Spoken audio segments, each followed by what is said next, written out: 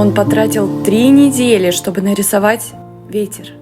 Ни героев, ни монстров, просто ветер. Каждая травинка, каждый лист вручную, потому что для него ветер – это дыхание мира, а искусственный интеллект этого не почувствует.